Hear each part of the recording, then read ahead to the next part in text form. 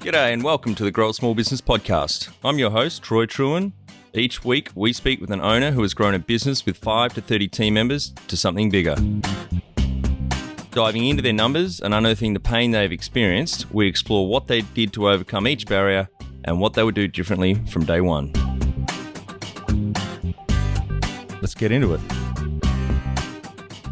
Welcome, everyone. Today I'm interviewing Daryl Urbanski from Best Business Coach. He's based near Manila in the Philippines. Thanks for your time today, Daryl. Yeah, it's an honor and pleasure to be here. Let's start with how we know each other. So Paula on your team reached out and thought you'd be a good guest for us. That's right. Tell our audience a bit about your business, what it does and how it makes money. For 17 years, I've been helping businesses with websites get customers and keep them. And I've done this in various capacities as a marketing consultant, as a partner in the business, as an agency. So that's been the big focus. Right now, my main focus, I do have equity in a couple of businesses. But my main thing is, when the beginning of the pandemic started, I feel like I should digress. So my main claim to fame is having helped create a couple 7-figure automated income streams from scratch, which sounds really fancy, but it's just setting up automated online funnels. Like SEO is traffic all day, every day. Even if somebody had a billboard that generated phone calls for them, that you could say that's essentially automated, right? A sandwich board is kind of the same thing, but it was without live prospecting and pounding, cold calling, all that sort of stuff. A lot of people now, if you have an e-commerce store, that's automated essentially, except for the delivery. So did this sort of thing a couple of times, claim to fame. Sorry, you're asking about what I do. So after doing that a couple of times, I got into a lot of consulting work, helping people do this sort of stuff. And one of the things that bothered me was I recognized that making sales alone doesn't guarantee business success.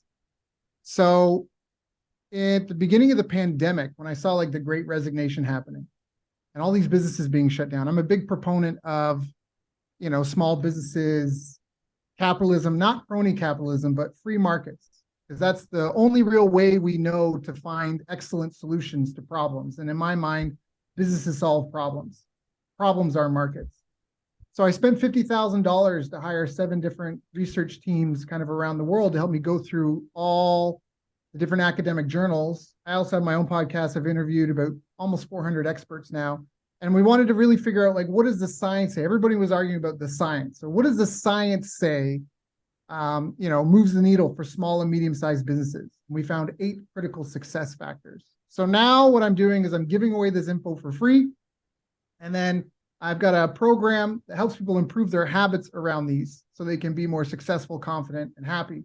So that's I partner and run marketing and work with, finance and delivery in a couple of businesses. So right now, my main focus is this program Habit Hero, because I feel like I could keep doing the consulting and partnering with these companies, and I make good money doing that. Not going to complain, but I think when they got their bills paid. I know I'm on a bit of a soapbox, forgive me, but you asked. It's the world's longest and shittiest elevator pitch, I must say. Well, that's okay. That's okay, because I'm here to give away the knowledge for free. Yeah. The elevator pitch is I help businesses' websites get customers and keep them. Yeah. But when you've got your bills paid, we talked about my background before. I retired at 33, and I went and sat on the beach for a couple of years, and I did what a lot of people say they would do. But people need to work. You need to have purpose and meaning. So the most purposeful thing I'm doing right now is my Habit Hero program and giving away this knowledge for free, because the way that businesses have been decimated around the world with the different kind of authoritarian tyranny that a lot of us are up against, we need small businesses and medium-sized businesses more than ever. Yeah, well, they generate most of the jobs in all the developed nations. More than a preponderance, over 50% of jobs in an economy are created by small businesses. 100%. And monopolies are bad, because then there's no incentive to improve. Innovate. And price and optimize price. Yeah. Right. Markets are typically unknown and unknowable. You can have an estimate at how big a market is, but there's always churn. Right? How many people are, looking for something versus are, exiting. shopping for that thing. But everybody recognizes excellence. And that's the beauty of a free market, is helps us pursue that. So And tell our audience a bit about your podcast so that if they're interested, that they can look that up and have a listen. sure, it's called The Best Business Podcast. The mission is to help create 200 new multimillionaire business owners. How? Science and accountability now. Before it was interviewing some of these fantastic people. When I was creating these 7-figure marketing funnels, I got to speak at a lot of mastermind groups and on stages, and I got to rub elbows with a lot of people, but I didn't have my own product. I didn't necessarily need my own platform, but I was meeting some amazing people and I wanted to be of value to them. And some of these people were saying phenomenal things. I was talking with a friend one night and he said, Daryl, if I knew the people you knew and I was able to listen on the conversations you're having with them, I'd be doing, $1 million per year too. And that was kind of the premise when I first launched it. Really, I think there's just we've all read books that could have been a chapter. Yep. We've all done courses that were just garbage. I don't think I have MBAs that come to me for consulting. You do a 4-year program, you have all these mandatory courses that have nothing to do with it, with what you're trying to accomplish. So there's just a lot of fluff. I talk a lot, but I'm anti-fluff. That's all right. How did you start out? When I was a kid, my uncle impressed upon me, I felt like he was the godfather in Toronto, because he always had people coming to him with like gifts and thanking him. Like every time I went to go visit my uncle, there's always people stopping by, like bringing him stuff. And he was a local business owner and really involved in his community. And it really helped me understand and gave me the impression that businesses solve problems and serve people. So at a young age, I thought that was great. And I did the paper route. I did paper route. I did lemonade stands. I shoveled Canada. I'm Canadian. I shoveled driveways for money. I did a lot of door-to-door canvassing for charities. But I think when I first got into say marketing, I was 17. I'd done this program for 9 months. I got to travel Canada and I wanted to go back to the West Coast. And, I'm a 17-year-old kid. I just got like $1,000. I put my stuff on a bus and shipped it out there. I went online, found a classified ad, called this lady, rented a room in her house, and then I needed a job. So I went to the city, Penticton, there with the Chamber of Commerce website. And this is I'm 39 at the time of this recording. I was 17 then. I didn't know what I was doing, but I just scraped all the emails off the Chamber of Commerce website and I just spammed them like a 3-email campaign. The first one was like my cover letter and resume. The second one was a PowerPoint presentation about why I was so great. And the third one was like a final notice. And it worked. When I got out there, I had a couple interviews lined up. And that was, I think, the earliest foray into it. And then I think the next time was when I was in Japan. I lived in Tokyo for 3 years and I worked freelance as a consultant. I did English teaching and got bored of that really quick. And then I got into corporate training and we did team building activities. I worked with Johnson & Johnson, Tokyo Electron, Shinsei Bank. We did some things. We take some of our team building exercises. I remember we'd take CEOs to go play paintball. I remember laughing, I'm getting paid $60 an hour to shoot people with paintball guns. I thought it was great. And then when I went back to Canada, I ended up starting up a martial arts school because the local school that did Brazilian Jiu-Jitsu was charging like $150 a month. And the guy, he was a karate black belt and had to run a karate school for over 10 years, but Jiu-Jitsu, he was a blue belt.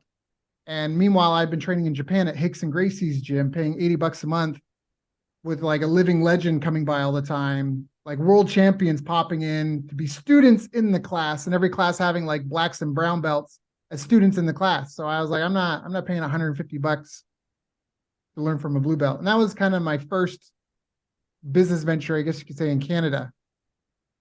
How'd that go? I was good. I grew it to 6 figures. I had 4 instructors, 2 sales reps, a manager. It was a really tidy, nice lifestyle business. It allowed me to do, kind of live life on my terms. It was great.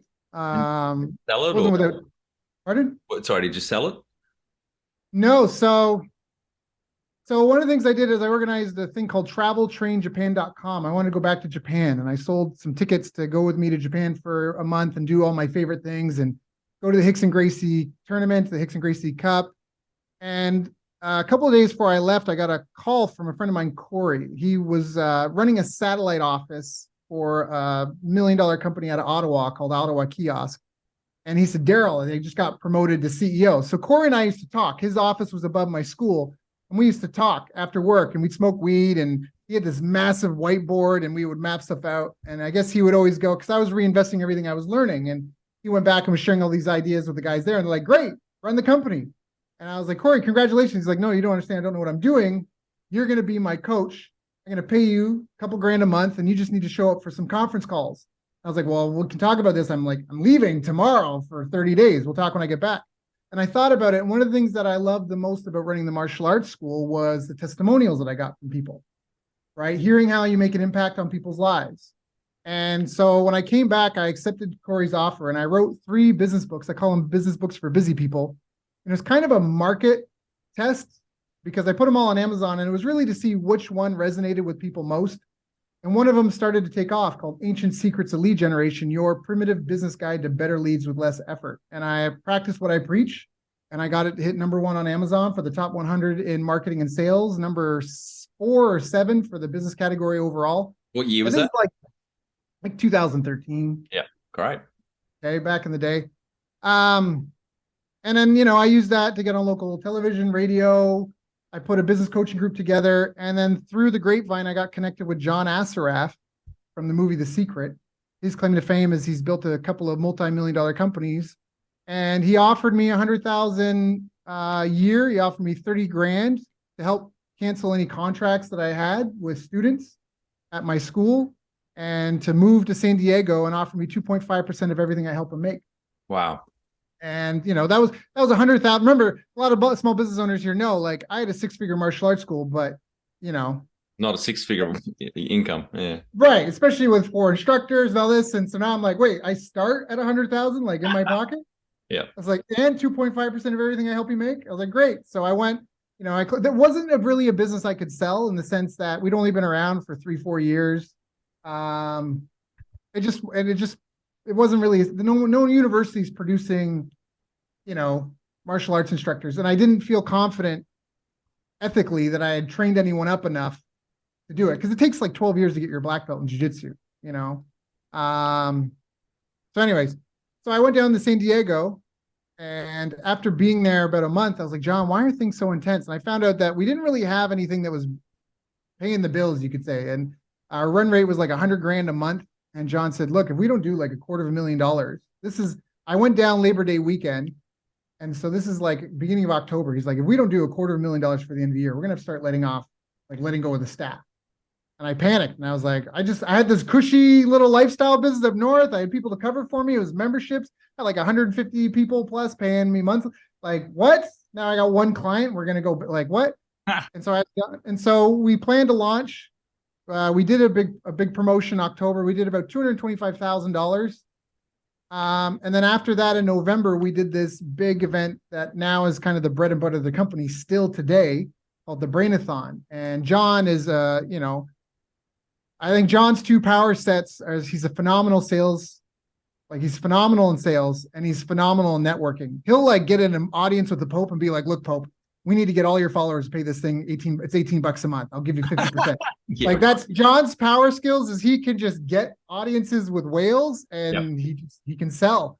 And he's a great guy. What was that product that you launched for 220 grand in that October, that you got 220 grand? Right. So it was called Cloning of Success, because John had been in the movie, the Law of Attraction.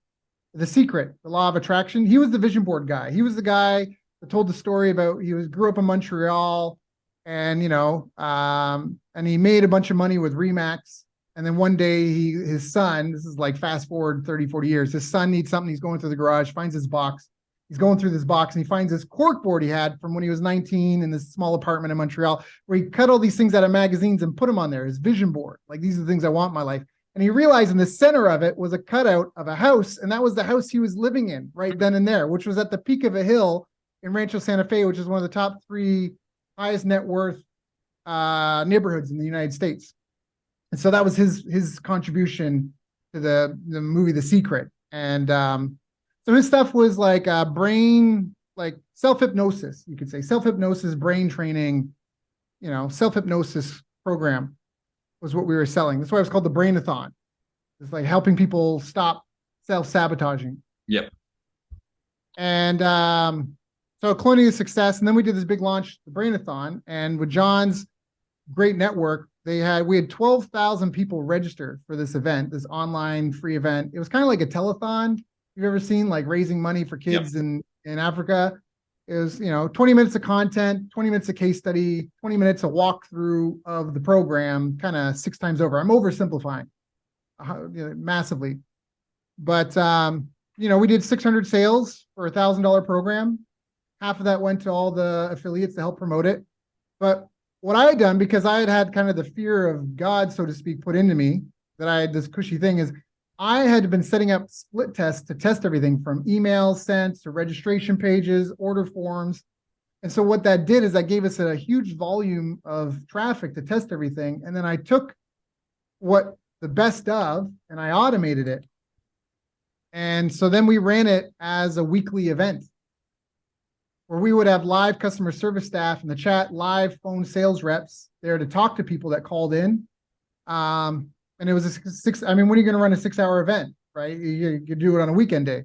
So we promoted it for every weekend. And with a $500 ad budget, and it was, at the time, I was like, whatever, kid, like, okay, like, let's focus on the next thing.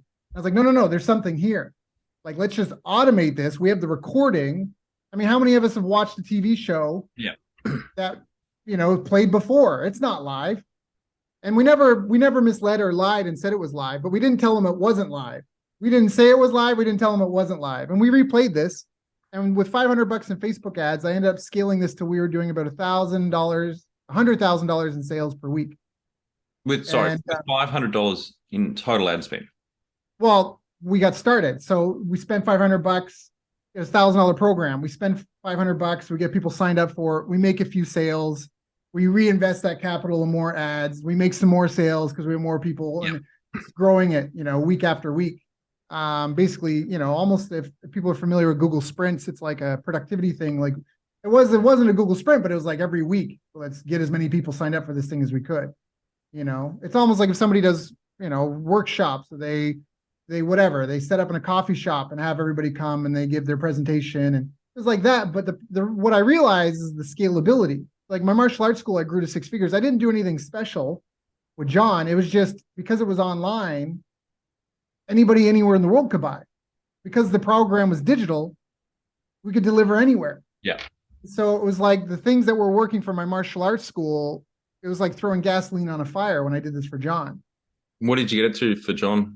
We did 1.6 million with that single marketing strategy in 8 months, and we did 3.2 as a company as a whole, selling all back end products and all that stuff. Wow. On the back end.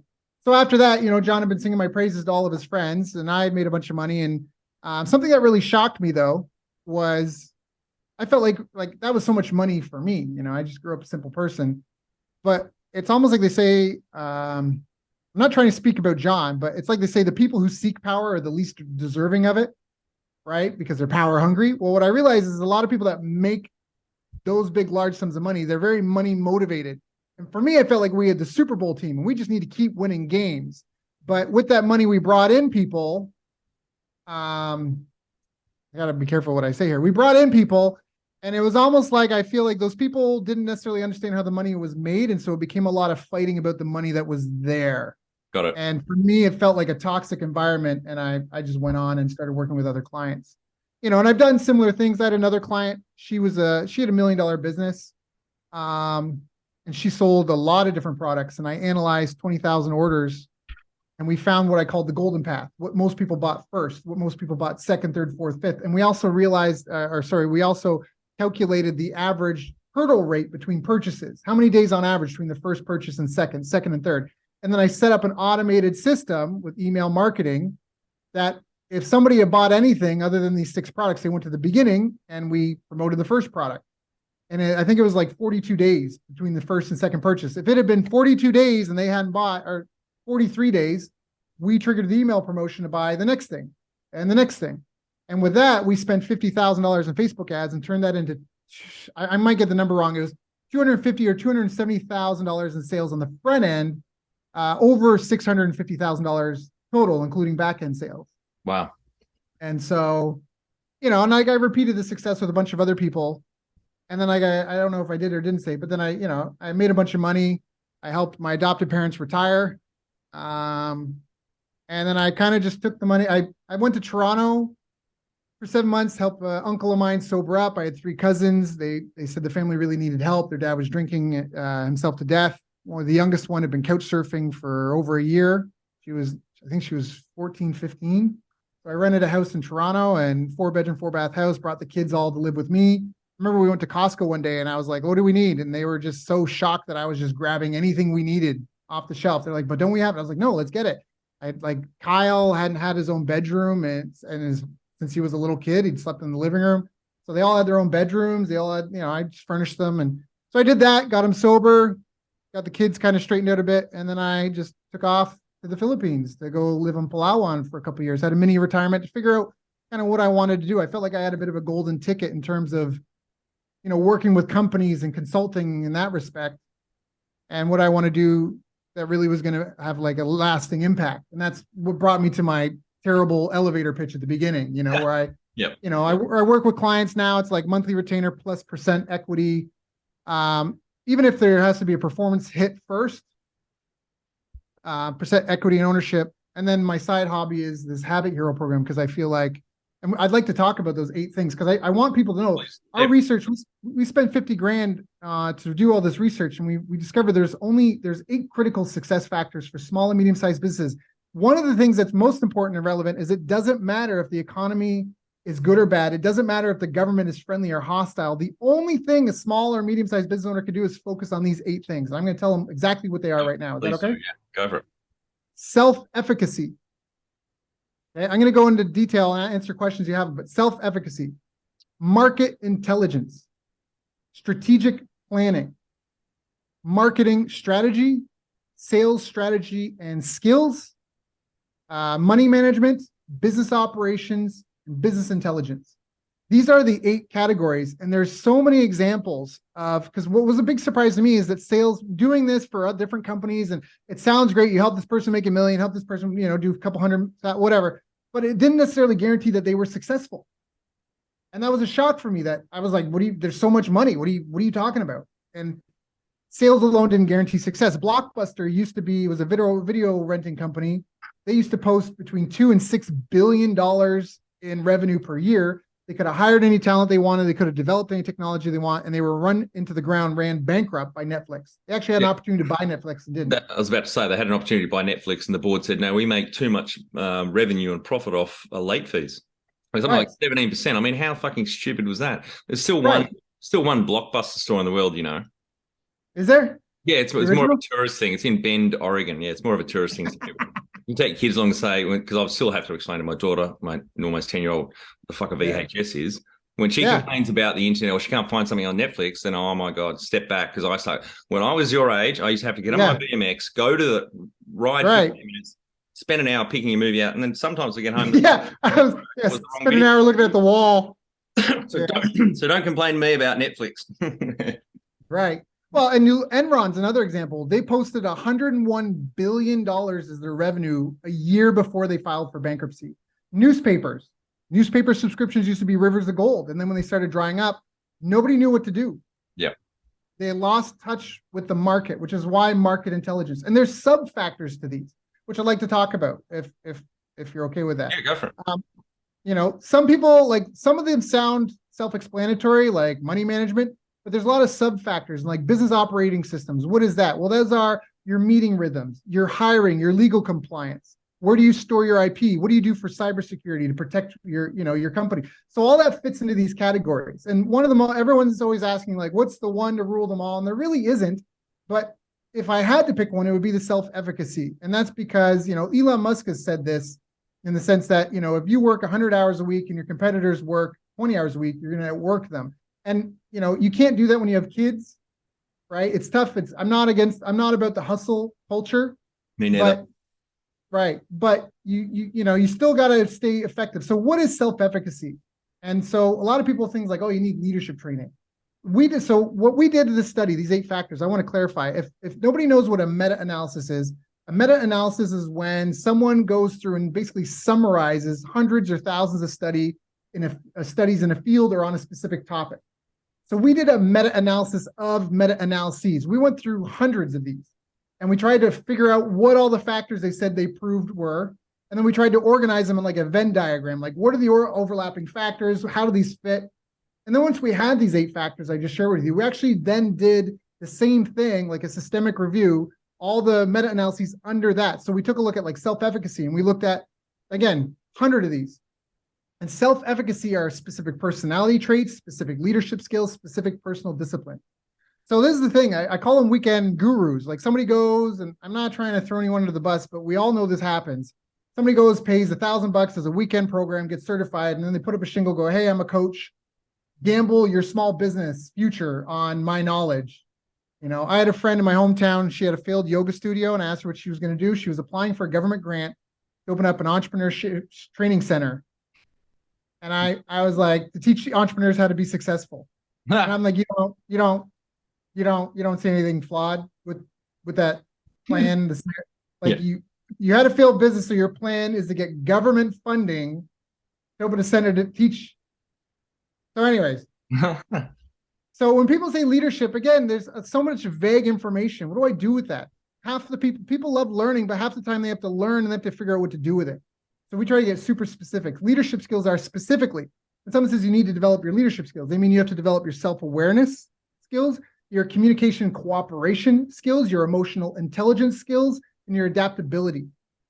Personality traits that lend to success in business are having a locus of control. It means being a control freak about the things within your control. Extroversion. You and I, we had to meet each other. We had to do outreach. I could be introvert, but I still got to demonstrate extroversion. You have to have an openness to experience, agreeableness, conscientiousness, acceptance of criticism and feedback. Yep. And then a lot of people, they get burnt out. They don't succeed in business because they're trying to get burnt out. So how do you prevent? Well, that's the personal disciplines, personal health. And the fundamentals of physical health are sleep, diet, exercise. And then you have to have mental health habits, time management, commitment to improve discipline, and a sense of urgency. There has to be a sense of urgency. These are the things, the subcategories that make up self-efficacy. Yep. Brilliant. Love it. Yeah. And totally agree with everything you've just said. Yeah. I know I've been on a bit of a soapbox, but I really, again, we need small businesses to come back. And these are the only things that you can focus on. Yep. I'm going to check that out. What was the URL? happyhabits.com? Oh, just if they go to, so we open and close membership because we have to onboard people. But if they go to bestbusinesscoach.ca, it's my site, they can find out info about that there. And the idea is that we've taken this knowledge and we've turned it into it's business coaching and mentorship done via daily habit tracking and weekly challenges to hey, for example, a lot of people, they want to get paid daily, but did you generate any leads today? If you don't have any new leads today, how are you going to get paid today? So there's... Yeah, that accountability, and that's what you said earlier on about science and accountability. That accountability piece is so important. Huge. Because a lot of people, the reason why they don't meet their goals is because they lose track of them and life comes in the way and no one's like, hey, focus, refocus and remind them. What year would you say you started this business and how old were you? With the Habit Hero, well, that was 2020 when we started doing the research. And then we put 300 people into the program because originally it was just a one-time fee. And that was because we were doing cohorts to try to get everything dialed in, the tech, all that stuff. And I'm sure we still have a long way to go, but it's enabled us to be able to get people in, have people drop off, call them, find out why, do another cohort, and do iterations of that. And even just refine our research. In the beginning, we hadn't gone deep into each of the factors themselves. It was like my intuition and kind of what we learned going through the data and these big 8 factors. But now we've gone into them granularly, where now we actually make sure to introduce things over time. Because some are everyday things, some you do monthly, some you do quarterly, right? But it's like your taxes. If you don't get your taxes done, all of a sudden the government can go shut down your business. And it's like it wasn't a priority until it became a priority. So we try to avoid those. So, what about Best Business Coach then? When would you say you technically started that and how old were you? End of 2013, because I launched, I was, when I worked for John, I was a contractor. Yep. And so I was, a business coach and marketing consultant. Yep. So that's really, you were 30 then? It's a good question. I was April 83. Yep. 2013. That's 30. 30. Yeah. Okay. And do you have any other key numbers you can share to illustrate the growth of the business? We always like to ask at least number of full-time equivalents you started with back in 2013 and where you're at now. Well, in 2013, I had one. I mean, when I had my martial arts school, I had part-time instructors. I basically had one full-time manager, two part-time sales reps, and four part-time instructors. And then when I went and I got into the business coaching, I got a full-time assistant, virtual assistant. And now my team is, we're five Yep. full-time, two part-time, one vendor. So, and that includes yourself, those numbers? Nope. No. So there's 7 full-time equivalents roughly then. That's great. Wonderful. Any other key numbers you want to share? I don't know. We talked about NPS before. You said my score. Yeah, net promoter score. What's your number? You said it was 85% when I showed. No, it's 85 minus 10. So you're 75 positive, which is an amazing result. So well done. Thank you. Well, it's through iteration, right? It's success it's a zigzag. It's not linear. If you saw the NPS of the first 20 people that probably did the program, they're happy, but they didn't all stick with it. So, which is why we're making a subscription now. We got out of the one-time fee, and now because now we can pay for live support and coaches and all that stuff. Yeah. Well, that's the next two questions. When was the moment you felt like you had succeeded? I got my first commission check for $25,000. I got paid my salary, which was like $8,000 or something US, and then I got a commission check for what I was doing with John, which was $25,000. And I remember I went, and this is because I went to and I deposited it in Wells Fargo, and then I went and bought like a $5 smoothie, $20 hat, $20 pair of shoes, and I just went and sat down on the beach. And then I just kind of was like the only change in my life was just the lack of that, like that end of the month concern, like that. That was the only thing that really changed. I mean, plus there's the freedom. It's like having a car. If you don't have a car, you can't get around as much. But once you have cars are freedom. Well, having a bank account can be freedom like that too. You can hop on a plane, go anywhere in the world. So there's an element of freedom. But generally speaking, I'm a pretty simple guy. But that's kind of when I felt. But I think we have multiples of those in our lives. Like when I was in Tokyo, I think I was, I think I felt like I'd made it then because I was making good money, and I'm in Japan and I'm speaking Japanese, and I'm on my own, paying my bills.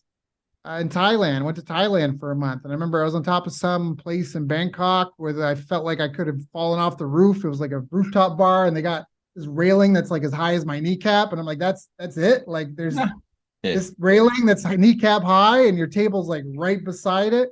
And some great rooftop bars in Bangkok. Yeah. Yeah. So I mean, there's multiple different ones, but that's when I felt like I'd figured out a skill set that would help get me paid for life. Nothing felt like success. Yeah. What does success look like to you? Living a long, happy, healthy, joyful, wealthy life surrounded by supportive and loving people who are world-class at what they do, and also people of phenomenal character. Well, you nailed that elevator pitch. Number one, a lot. Yeah. Number one thing you'd recommend to marketing a fast-growing business? So let's talk about marketing. So marketing is strongly dependent on market intelligence, right? You have to know what problem you're solving. You have to know the stereotypes, the people having it, rough estimates of the population size. You need to know kind of who your top 10 competitors are, right? As much as you can, their sales data, their locations, their target markets, their offers, price points. You can also look up industry benchmarks for how your ads should be performing, how big industries are. You should also be aware of emerging technology and trends. And then you have to use that market intelligence to form your strategic plan around how are you going to provide an alternative solution. If you think of an ecosystem, there's a lake, and this lake, there's all these different types of birds. Some birds eat fish, some birds eat insects, some birds eat nuts, some birds eat other birds. Market is like that. You don't want to be, a lot of people want to be in a market of one, but the reality is you want to be at a busy food court and just be the best of all the options. The pioneers get the arrows, the settlers get the land in some respects. If no one's doing business in that category, maybe it's because there's no money to be made. So you have to be careful about that. But then when it comes to marketing strategy specifically, like I said, it's market intelligence, product characteristics, the quality and fit, which I just kind of talked about. Like, first off, you want to have high quality, especially in today's transparent world, you have to try to improve the quality of what you're selling.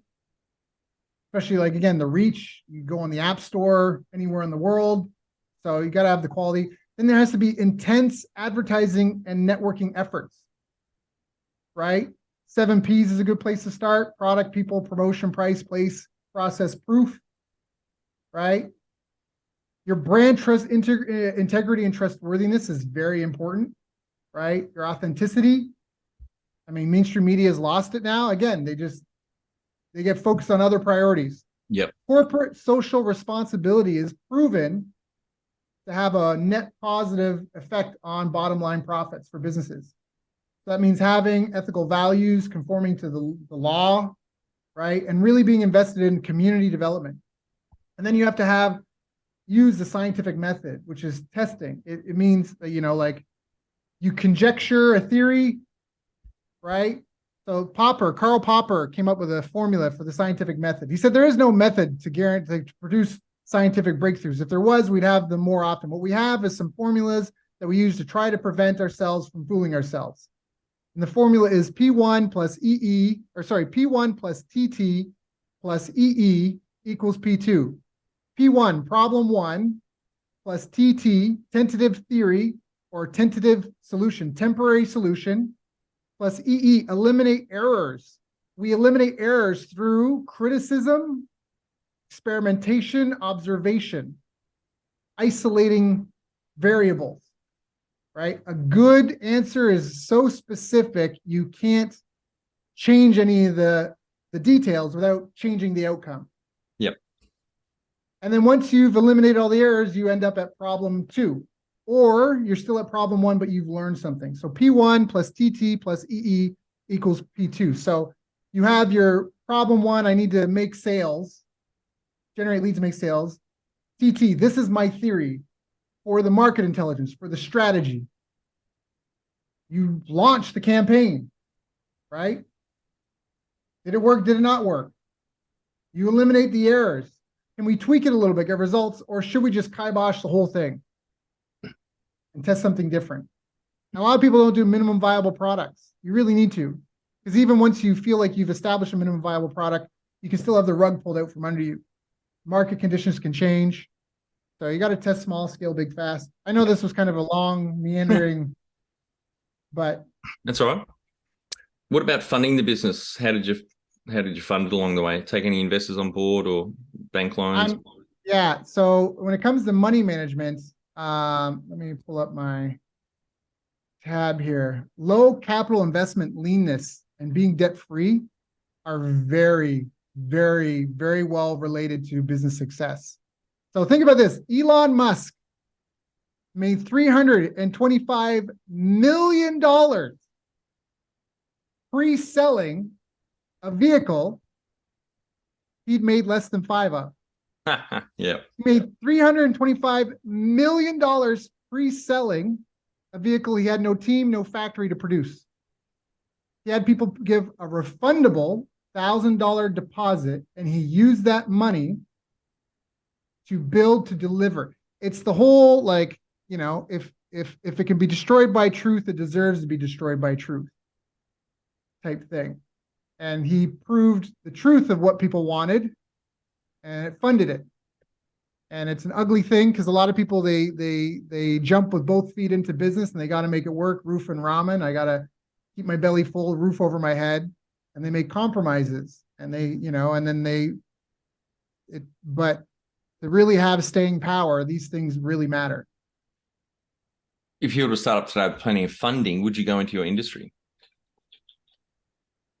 Yeah, I think for me, every business owner I help represents hundreds of people between the staff, their customers, the vendors. And so I feel like, I'm helping plant trees whose shade I'll never see, and I'm able to have an exponential impact on the world. And that's, again, I got these other businesses I have equity in and I grow and that helps pay my bills. But I do these interviews. I've got that program because I'm like, the world needs it more now than ever. It really does. Can you outline the most stressful point in your small business growth journey so our audience can learn from it?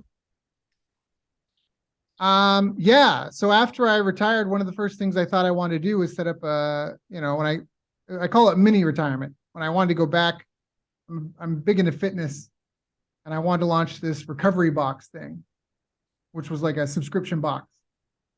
And I did my research, I did my campaigns, I launched it, I got a bunch of subscribers, and then I just felt like I was shipping boxes of junk. Like, what I mean is, a lot of it, like I said, a lot of it is diet, sleep, exercise. Well, I'm not sending them meals. You can give people tips and tricks on how to sleep like in a month. And so I just felt like, because you don't get stronger from the exercise, you get stronger from the recovery from it. So it was me recognizing that it's not just product market fit, it has to be product market founder fit, because I had really invested in that. And I put, and like I said, I said earlier, nothing fails like success. And it wasn't that I was getting subscribers, but the economics of the business, it was going to be 2 to 3 months before I turned a profit per subscriber. And I could have still made it work, but my heart wasn't, I just didn't feel like it was making a difference. I was like, oh, I need to do something to pay the bills. I need to do, and so that was, man's search for meaning moment, you could say. What area in business do you feel you've had to work on the most to add the greatest value?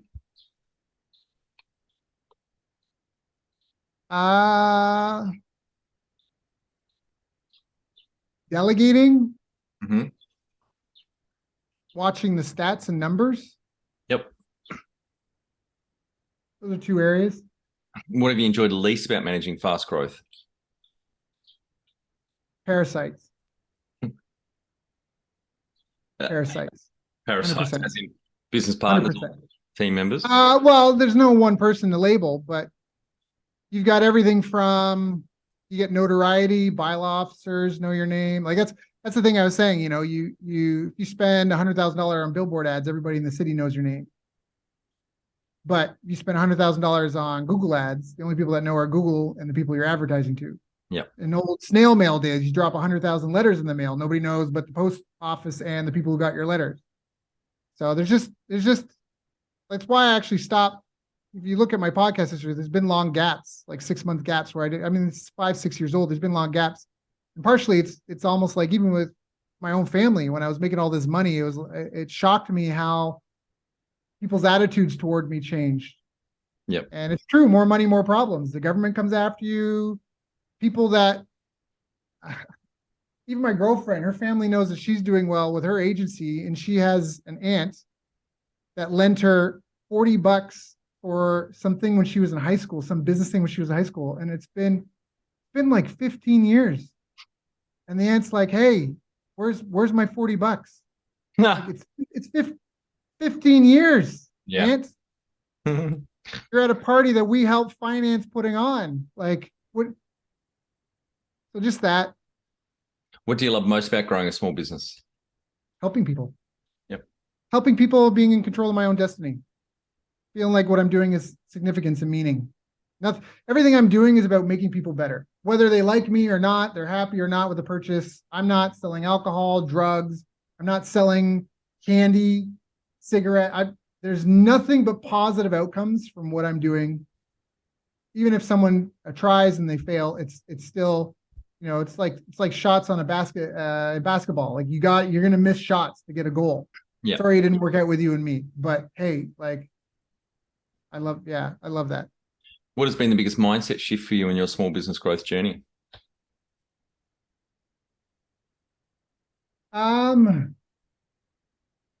think one of the things that's helped me the most is, like, everybody listening to this looks outside their window, they probably see birds, maybe squirrels, ants. There's no weekend for them. That's a social construct. I'm not saying you got to work 7 days a week and grind it out. Silence is part of music as much as sound is, because without pauses, there would be no melody. But that said, the birds outside can't go, you know what, I'm just not going to eat today. I don't need water. If predator comes around, I can tell them to come back Monday. It's my weekend. Yeah. And the other realization is that not everything in the jungle kills you and eats you. Some things, their goal is to feed on you for as long as possible. Again, going back to the parasites. Yeah. I think eliminating errors quickly is one of the most important things in your business and your marketing and a political system. Identifying and eliminating errors quickly. The number one habit you think a small business owner needs to develop and maintain? I think it's probably personal health. Yeah. I really do. Diet, sleep, exercise, the bedrock, because through whatever you do, through the challenges you face through being active physically, oh, I'm injured, all that stuff, you develop mental fortitude. And if you're more fit, like the town I grew up in, I part of why I made fitness a priority for myself earlier in my career was I grew up in Kingston, Ontario, Canada, and they have one of the largest military, it used to be the largest military base in Canada. And even if you were a civilian, if you worked for them as a contractor, everybody was eligible to be paid for an extra hour of work per day if they signed into the field house, which was the gym, an indoor track, a wave pool, all this stuff. They had a martial arts room because they had all the data that if you were physically fit, you were more emotionally resilient, more resilient to stress. You took less sick days. You were more productive every day. And here's the other thing to think too. There's a whole grind thing, and that was me. I had 3 years where I slept less than 6 hours per night. My average is like 4 to 6, somewhere in there. And truck drivers are legally required to rest a certain amount per hour on the road. And the reason is because after a certain amount of fatigue, it is the equivalent to driving intoxicated. Yep. So now you have all these business owners that they're not feeding themselves well, they're not taking care of their bodies, and they're on 5 hours of sleep a night. And if you stack drunken decisions, drunken judgment calls in your business 365 times in a row, is that going to take you exponentially faster to where you want to go? Or is it going to throw up roadblocks? Yeah. Jump over to growasmallbusiness.com and leave your details to get a short 2-minute email I send on Fridays to help small business owners like you become better leaders. I include some reading or professional development resources I've discovered in the last week. Can you talk to how you've added people to the team, some wins, mistakes, and advice for those listening? Yes. First off, an accountability chart is what I would recommend, not an org chart. And what this means is that you basically look at the customer lifetime journey, right? Customer journey from first hearing about your business to whatever your final product sale is, whatever. You like map out the journey. Then you itemize all the nitty gritty must do for each. Okay. We give sheets for this in the program, shameless plug, but you can do this on your own. You can find them online, but each segment, don't worry about categories, job titles. Just what are we trying to do? We're trying to meet people at trade shows. And then what do we want them to do? We want them to get a quote. And then what do we do? And then what do we do? And then what do we do? And then what do we do? All the way through. And you itemize all the to-do items as if it was a giant to-do list for each thing. And I say the customer journey because it helps you focus on what matters. And then under those, all the things, oh, well, the trade show, well, someone's got to book the booth and someone's got to find trade shows. Someone's got to, drive that. You all as detailed as you can. And now with those, you sort those into relevant categories and you create a job title for that. And that is how you hire. And you hire out the mundane things, delegate as much as you can. So you're calling the shots, analyzing the stats and copywriting. Or marketing and sales. That's what I heard from an old mentor long ago. But in today's day and age, it's not copy. I mean, it is copy, but it's really the market intelligence, the marketing, market intelligence, strategic plan, marketing and sales. If you can, but again, you have to make sure people are super happy. You have to do it all. You have to do it all. But it's easier to give advice, so to speak. And so as a business owner, you need to be in a position like the captain's chair where you're able to see how people are performing. And the other thing is if you're always doing custom stuff, you can't replace yourself. Yeah. If every McDonald's had a different menu, they would never have scaled to where they were. And that's where you have to get really specific in what problem you're solving. Because when you do something specifically, it's done in a specific way, which you can then train someone else to do. What are some things you recommend to building a sustainable and kick-ass culture to help with the growth? Values, mindset, rewarding the behavior you want to see, having clear, I don't know if penalties is the right word, but positive reinforcement, not just of actions, but of intentions and behaviors. Culture is incredibly important. It's hugely important. So you have to have a mission that everyone tries to rally around, a vision. Like I said, for us, it's to help create 200 new multi-million-dollar businesses. Everybody on my team knows business owners, and then certain values. Yep. Tell our audience how you've handled balance. There is no such thing as balance. I mean, there is, but in the sense of if your default, what am I trying to say? If your life depended on being able to do 100 push-ups, let's just say, if you did 100 push-ups every day, or every day you did as many push-ups as you could, then the days you missed or were sick or were too busy to do it, they wouldn't be catastrophic, as opposed to if you only ever did push-ups once, twice, 3 times a month. It goes back to that, when you look outside, there's like everybody on this planet is looking for survival. It's a daily thing. That doesn't mean you have to be, we're smart. We've developed freezers, but there's a great movie called Groundhog Day. I love it. Bill Murray. Yeah. Where he wakes up, this guy's got a terribly shitty personality, and he somehow gets stuck in this loop where every day he wakes up starting the same day. And, the movie goes where he basically has the perfect day. He realizes he's stuck. He does everything that he was. He thrashes out, all this. And at the end, the best thing he can do is just have the best day possible and help everyone around him have the best day possible as well. And all of a sudden, he wakes up to the next day.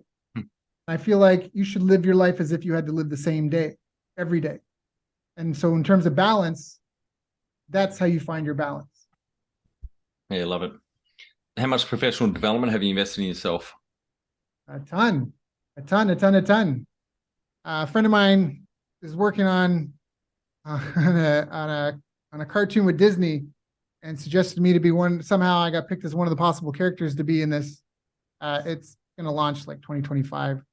And they described me as if Jim Carrey and Tony Robbins were one person. And so lots of personal development, lots of development. Even this, I wanted the science to know. I grew up in a house of geology and applied physics. And that's what led me, at the beginning of this pandemic to go, well, what does the science say about business success? And you mentioned you've had coaches for anything else on mentors or coaches?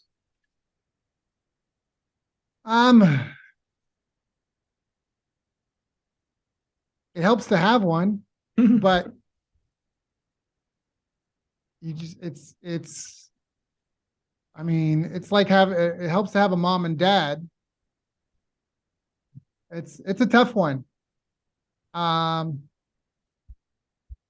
You really got to be weary in this. There's no regulation in the industry. So, you really got to be weary. I don't know. Again, I don't want to throw anyone under the bus, but there's just so many. I just saw even yesterday, there's one lady's charging $3,000 for a 2-week program. It's a group program. And I understand she wants to make a certain amount of money. And what are you going to change in someone's life in 2 weeks? You'll inspire them. You'll make some work done. So it's just a weird thing. It's like wedding invitation. As soon as you put the word wedding on it, it's like price goes up 100-fold. So again, it's like a book. You can pick up a book and the whole book, you read it and you're like, man, that should have been one chapter. So coaches are great. Hand holding is great. I mean, you have 2 people that want to win a gold medal.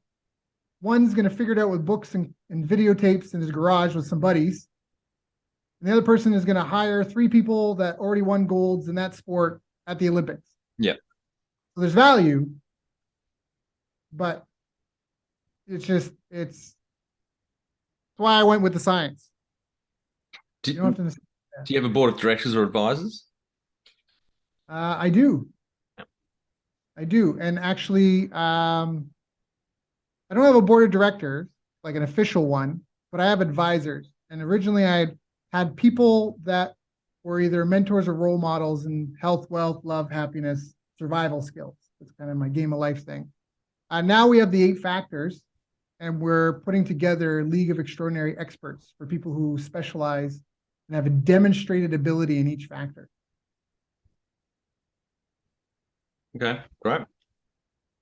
All right, Daryl, on to our final 5 questions. What do you think is the hardest thing in growing a small business? eliminating your ego and yourself from the equation. You're there to serve. Favorite business book which has helped you the most? There's a great one called Libby on RFM. I don't know if it's helped me the most, but at least with dealing with existing businesses, it really gave very valuable insights, like 100 pages. I haven't heard of that one. Any great podcasts or online learning tools you use for your own professional development? Not really. I like Naval Ravikant. He's got a tweet storm called How to Get Rich Without Getting Lucky. I think it's just Nice.